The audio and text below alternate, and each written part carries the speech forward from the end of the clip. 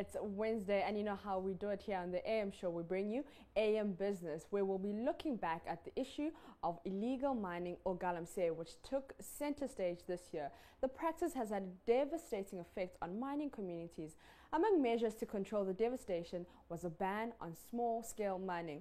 As the year ends, we recap some of the effects of illegal mining activities and how the ban on small-scale mining has mitigated its negative impact. The galamsey menace indeed wreaked havoc across all sectors, leaving behind nothing but devastation in its wake. Earlier in the year, AM Business visited some farmers in the eastern region, and they had a lot to say. Essentially, galamsey was taking a toll on the nation's cash crop, cocoa. As for the illegal mining, like our area, my area like East Achim, when you come there, especially, we have two constituencies, the Buakwa North and then the Buakwa South. The Buakwa North is at Tafuku Krenchimi area. For that area, we don't have the problem of illegal mining. But when you come to the Buakwa South, around Kibi and its environment, the illegal mining is something you can't do away with. It's very, very serious at that area. Most of our cocoa farms have been devastated, and we find it difficult to eradicate that situation. It is a very big canker that we are trying to eradicate, but we have tried all possible means. The municipality have a municipal task force. We have done our best. The regional task force has done their best. The national security has done their best, and all has been in vain. So most of our cocoa farms have been devastated. As I'm speaking to you, at my area, the farm that I used to get the award, the illegal miners are just at the boundary of that cocoa farm. From the farms to the homes of Ghanaians, activities of illegal mining could still be felt. Yes, serious cases of water shortage was reported from the western region. Residents were left with dry taps for months. 2 months now, I think the water supply has become a challenge to us here in Sekondi Takoradi, most especially Fiekuma. When you have it in the weekend, that is Saturday or Sunday, it will take you like 2 weeks or 3 weeks before you get another water supply. So it is not easy for us at all. I stay at New Takoradi, and then the water problem there is very serious. Sometimes it goes for like 3 weeks, 1 month, no water. And then we have to trek to far places to fetch the water. If you don't have money to take a car, even if with a car, how many gallons are you supposed to take? Or can you take along with you? It's very appalling. Although the blame was immediately placed at the doors of the Ghana Water Company, the head of communications at the Ghana Water Company explained activities of illegal miners were to blame.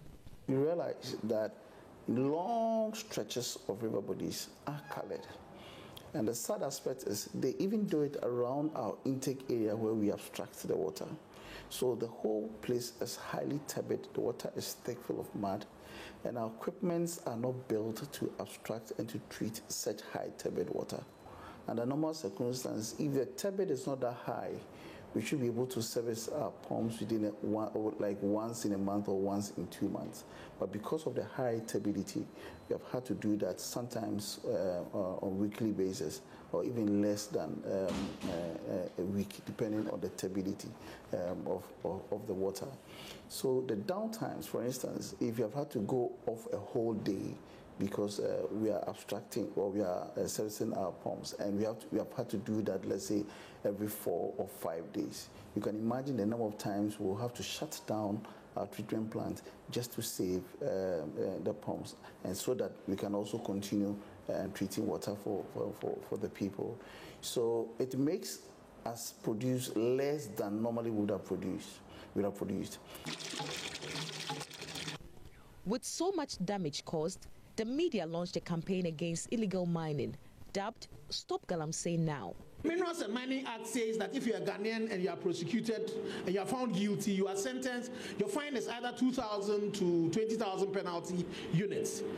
This was followed by a complete ban on small-scale mining by the government.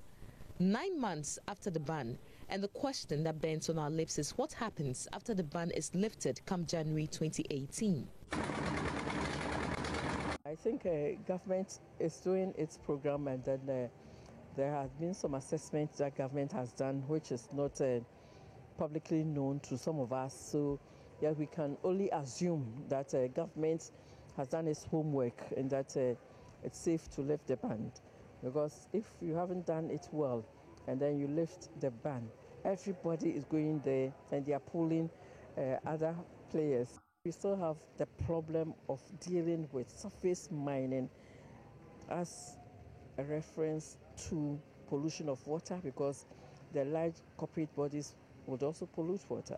We are dealing with disposal of waste, the rock waste, which will cover about 3 times the area that has been dug. And these are the areas that provide us with our food security, because farmers will cultivate that land. Now, those lands are lost to mining because of the rock waste.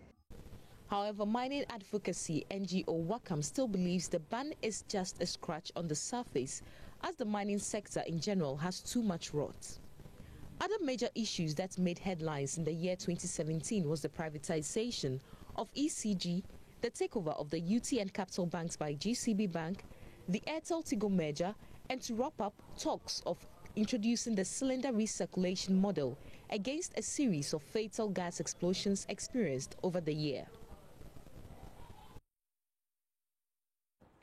That is all for AM Business. We'll take a short breather. We'll be back with more.